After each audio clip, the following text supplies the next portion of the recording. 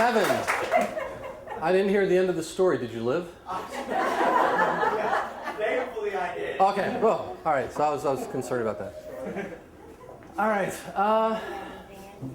my grandma Angie grew up in the Dutch ghetto of Chicago. Everybody's heard of that, right? The Dutch ghetto? No? Dutch ghetto. Define that. Well, it was run pretty much by the Dutch Reformed Church. I don't know if you know those folks. They made the Puritans look loose. And Ange met a guy named Bob.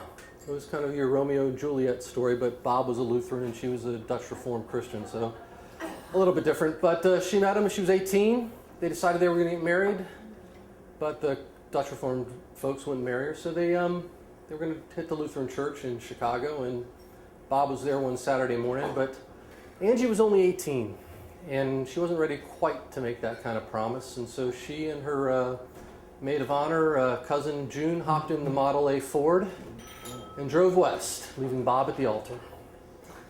And they decided they were going to go and hunt down some movie stars. Now, I don't know if they ever found any movie stars. Neither of them really would let in on that. But there is evidence that they ended up in Mexico City. I found a letter, and in the letter, it was from the president, actually, at the time of Mexico. It said, "Dear Angie, thank you for your wonderful companionship during your time here. We really enjoyed your time. We enjoyed your humor and your laughter. No, we were not able to find your sweater, your purse, or your brush. But if we do, we'll send it along to you." So I'm assuming she had a good time in Mexico City, if nowhere else. But eventually, the fun and the money ran out, and she ended up back in Chicago, and she was working for a gentleman in the garment area of Chicago. And lo and behold, she found she was pregnant with her boss's son. Well, this did not go over well with the folks in the Dutch Reformed community, so she was shipped out to Moline, Illinois. Now, Moline is as far west in Illinois as you can get and still be in Illinois. Not that you want to be there, but it's on the Mississippi. And while she was there, she met a gentleman a little bit older named Oates. His Christian name was Other, but his friends called him Oates, and he worked at John Deere making the tractors green. He painted them. And he adopted Angie's son, and they had three kids of their own. He kept painting tractors, and Angie worked the night shift at the hospital. And then Oates got sick, and the doctor said it was the fumes from the paint. He had bladder cancer, died at 62, which is much too young for somebody that gentle to die. And so Angie was about, I guess maybe 6-7 months later, Angie was at a wedding in Rockford, which is kind of a really kind of know-nothing town halfway between Moline and Chicago. Anybody been there?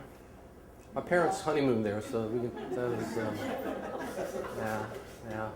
So anyway, so she was at this wedding in Rockford, and she ran into Bob's kids.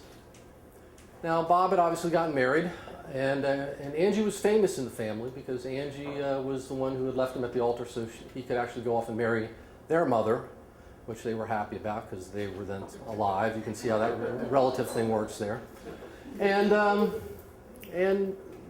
they talked, and turns out that Bob's wife had recently passed away. He was now a widower.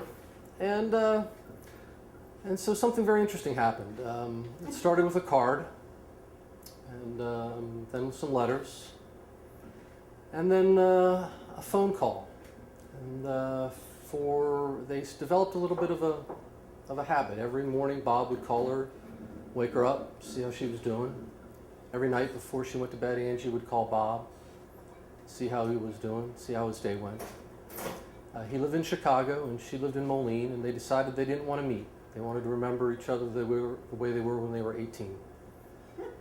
And so for 7 years, they called each other every day.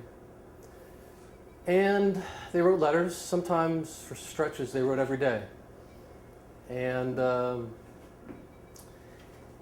And then on the 2,779th day of their telephone calls, Angie passed away in her sleep.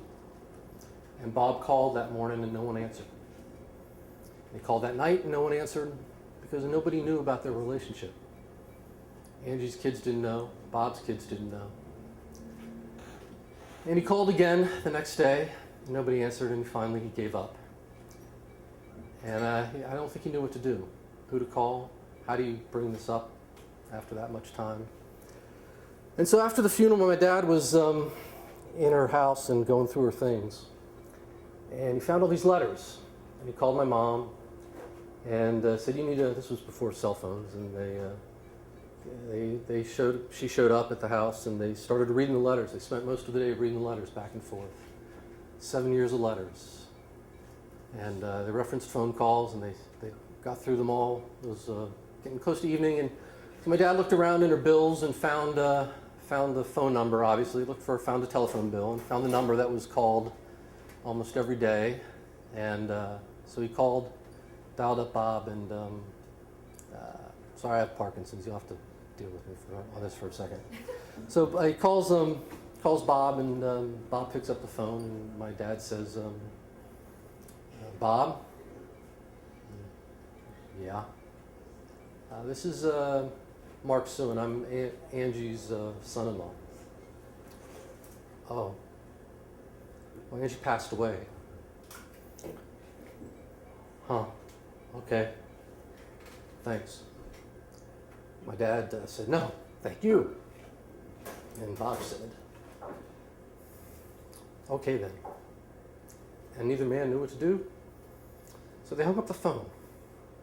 And that's my story.